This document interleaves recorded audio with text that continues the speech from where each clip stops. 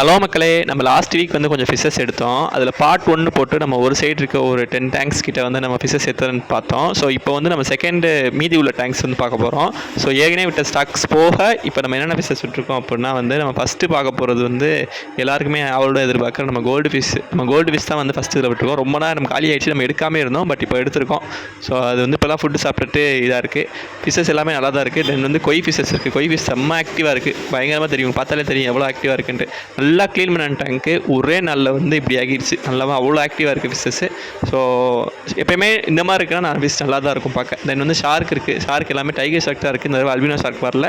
So tiger இருக்குது. இது போக வந்து நம்ம கொஞ்சம் டேங்க்கும் நம்மகிட்ட ஃப்ரீயாகவும் இருக்குது. ஸோ அதுக்கும் நம்ம வாங்கணும். தென் வந்து நம்ம ஆஸ்கர் பேர் இருக்குது. ஆஸ்கர் பேர் வந்து பார்த்திங்கன்னா தெரியும், டைகர் நம்ம லெமன் ஆஸ்கர் வந்து காலி ஆகிடுச்சு. அது அல்பினோ ஆஸ்கர் வந்து நம்ம சேல்ஸ் ஆகிடுச்சு. இப்போ வந்து டைகர் இருக்குது. தென் வந்து கௌரா ஃபிஷஸ் இருக்குது. எல்லாமே கரெக்டாக ப்ரீடிங் சைஸில் இருக்குது. ஸோ வேணா பாருங்கள். ஸோ தேங்க்ஸ் ஃபார் வாட்சிங். அடுத்த வீடியோவில் பார்க்கலாம். பை.